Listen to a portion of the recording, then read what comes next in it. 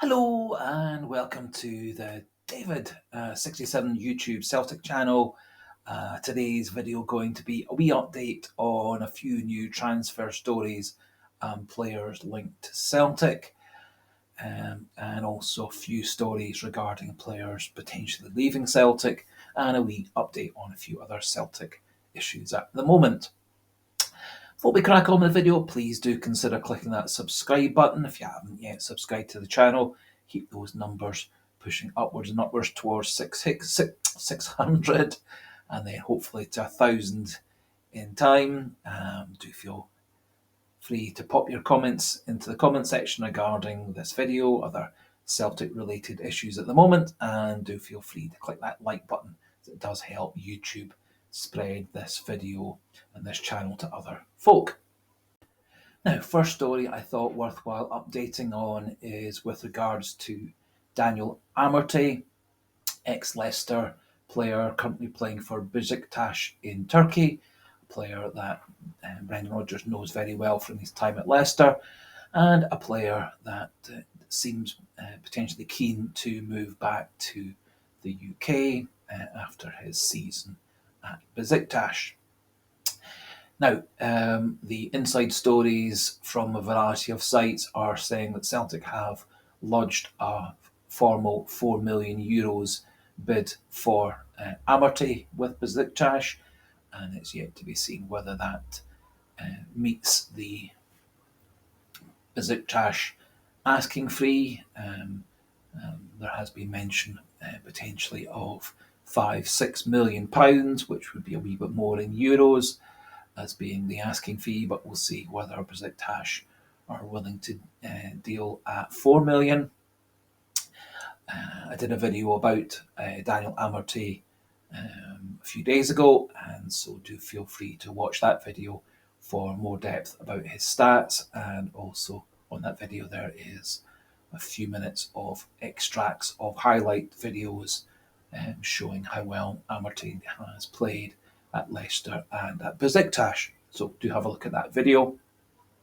And of course, over the next few days, up until when the transfer window formally opens in 7 days' time, I'll update on any progress with Amartey and whether Besiktas are happy with €4 million or whether Celtic need to go back with a bid of €6-7 million, etc.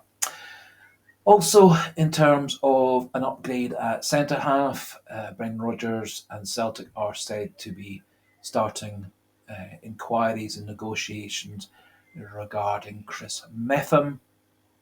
Mepham, currently a backup centre-back at Bournemouth. He will be going into the last year of his contract at Bournemouth. He's 26 years old. Last season did rather struggle to get a place in Bournemouth's team, only playing 13 games for Bournemouth last season, and was very much a backup and bench player in Bournemouth's plans last season. Does have 36 caps for Wales, and does have 121 games experience with Bournemouth and 48 before that with Brentford, and so does have several seasons international level and several seasons of English Premier League experience. He is a big tall centre half, 6'3", 6'4". Looking at his season ratings last year, his average rating was 6.71, which is a wee bit disappointing. Looking at his defensive stats, he has pretty decent rather than good defensive stats for winning challenges, which is about 50-50, 60% for winning aerial duels, and he does tend to lose possession rather easily, averaging at 6 times per game. He does actually have quite good passing stats, particularly for short passes, not so good at long passes. And as I said, his defensive stats for things like interceptions, clearances, winning challenges with attackers, etc., are decent rather than good. I have to say, having watched various games over the last few seasons from the English Premier League and international matches involving Wales, not been massively impressed with Chris Mepham as a centre back, but he does have a pretty good reputation. And up until this season just ended, he had been a regular starter for Bournemouth. Does appear to have had quite a problems with injury. He had a really major knee problem several years ago. Has missed quite a few games over the years. Missed a couple of spells this last season with Bournemouth, and is currently not fit. And rather mysteriously, the quoted reason on various sites is that he's ill. It's very unusual to see the reason someone is injured as being ill. And so I do wonder whether there's some underlying serious problem or whether just Mepham and Bournemouth and Wales haven't released the exact details of what's stopping him from playing for Wales currently in their friendlies and what stopped him playing the last couple of months at Bournemouth last season. Haven't actually done any highlight videos or scouting videos yet for Mepham, but obviously if Celtic do start to put in a proper full bid, I will do a formal scouting highlight video for Mepham.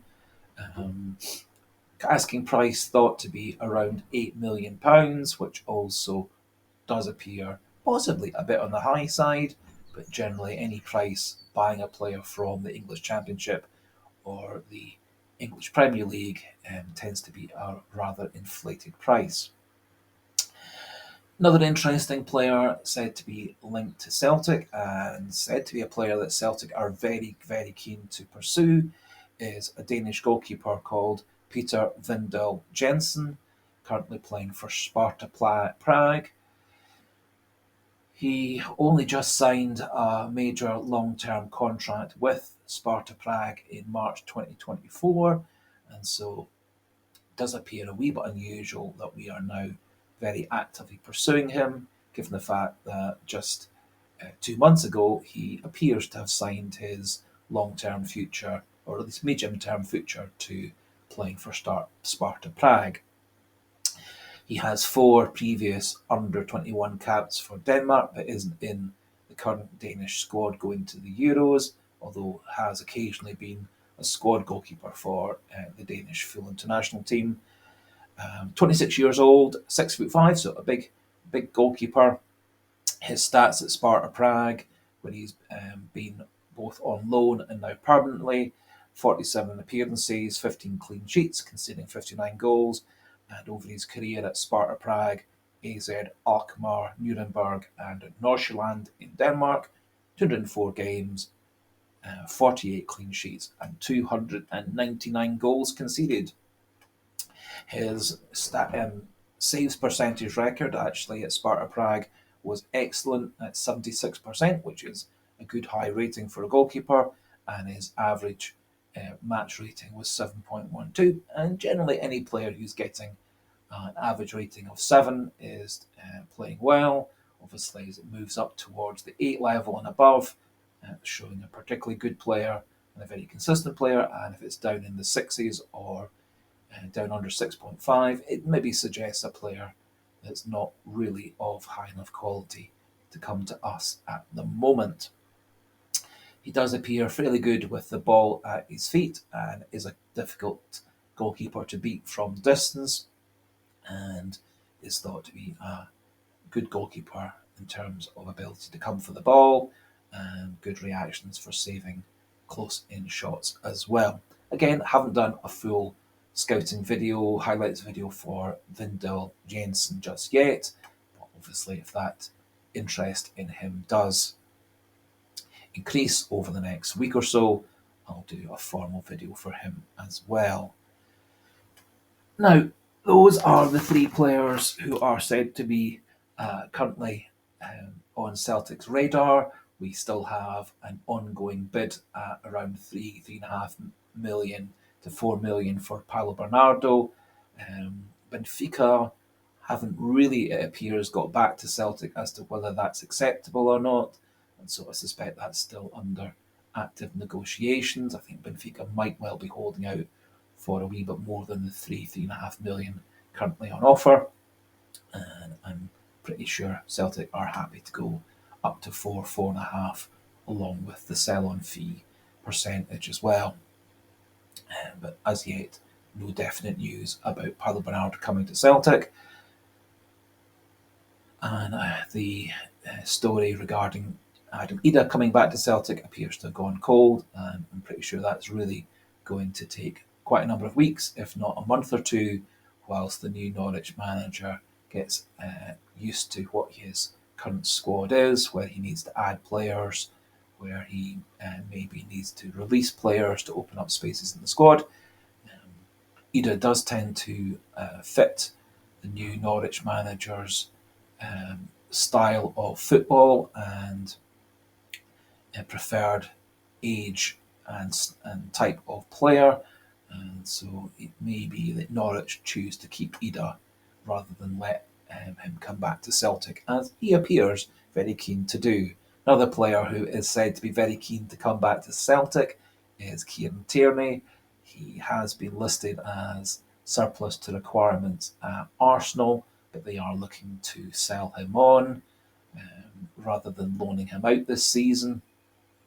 The asking fee for Kieran Tierney appears to be 25 to 30 million pounds, which I think is kind of out of Celtic's price range currently, and reportedly Kieran Tierney is on £109,000 per week as an Arsenal player, and so even if the deal was that he would come back to Celtic on loan for the 24-25 season, finding 5 million for Kieran Tierney's wages for a season might be, again, outside of Celtic's budget, especially if we are looking to bring in 2, 3 or more really good players, plus obviously, as I've said in a few comments over the last 48 hours, Celtic did commit a lot of money to new extended much increased contracts for players like Kyogo, CCV, Maeda, Hatate, O'Reilly, and a much improved contract for Scales last season, and so it's weighing up as to whether committing 5 million in terms of Kieran Tierney's wages plus any loan fee that Arsenal would want Celtic to pay for the privilege of having Tierney back with us on loan.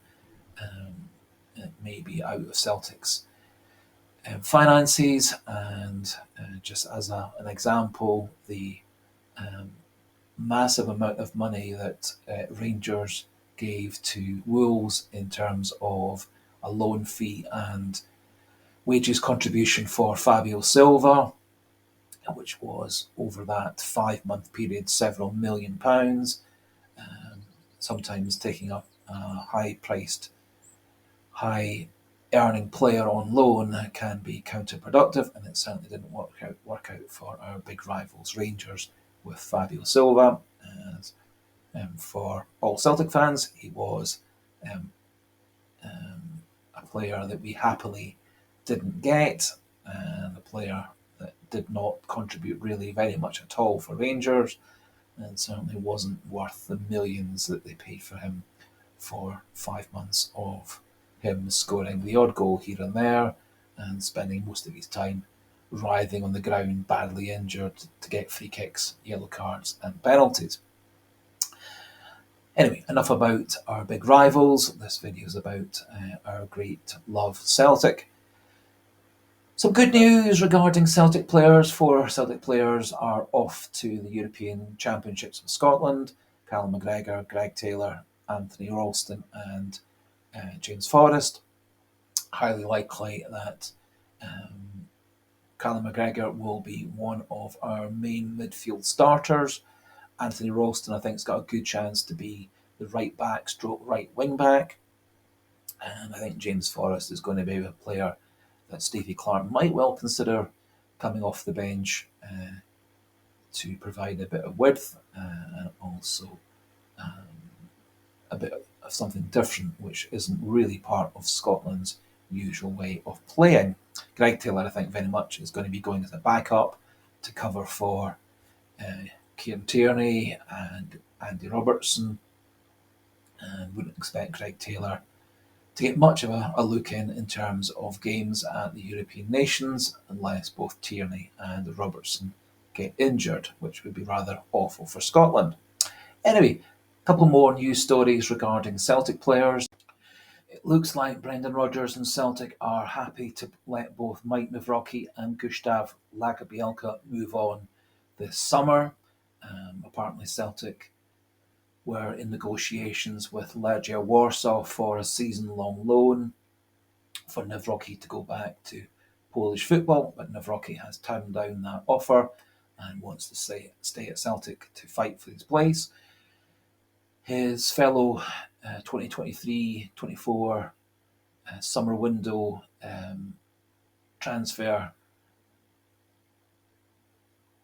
player Gustav Lagerbielke, he apparently is on the wish list for 3 Serie A teams, Genoa, Lecce and Udinese, and apparently those 3 Italian clubs are all lining up to get Gustav Lagerbielke on a long-term deal as soon as the transfer window opens. I think the fact that Gustav Lagerbielke is wanted by 3 top Italian teams it does suggest that he is a much better player than Brendan Rodgers and many of us Celtic fans think. And similarly, I think Nawrocki is a significantly better player than Welsh and Scales, both of whom seemed to get priority over Nawrocki for much of last season, even after when Nawrocki came back from injury. And similarly, Gustav Lagerbielke appears to also be below Nawrocki and Scales and Welsh in Brendan Rodgers' pecking order. I personally feel both Lagerbielke and Nawrocki are significantly better than our other 2 backups. But it may well be if Celtic do bring in Mepham and Amartey and the possible freedom of contract deal to bring Scott McKenna to the club all pan out, it may well be we've now got 3 experienced centre-backs to go with CCV and no longer need the young backups of Lagerbielke and Nawrocki, and it would be a shame to block their career otherwise. And so it may well be that both those 2 will be moving on. So that just about finishes things off for today. As I said before, please do consider clicking the subscribe button if you're not already subscribed, clicking the like button and popping in your pleasant, polite, constructive, debating comments in the comment section. And there's also an online poll for the next week just to gauge where you feel Celtic's number 1 priority is in terms of this transfer window. Now, I fully admit we need upgrades in 4 or 5 different positions, but I think 1 or 2 are much higher priority than others. So do feel free to pop your thoughts and comments and vote into that community poll. So for today, thanks for watching, thanks for listening, goodbye and hail, hail.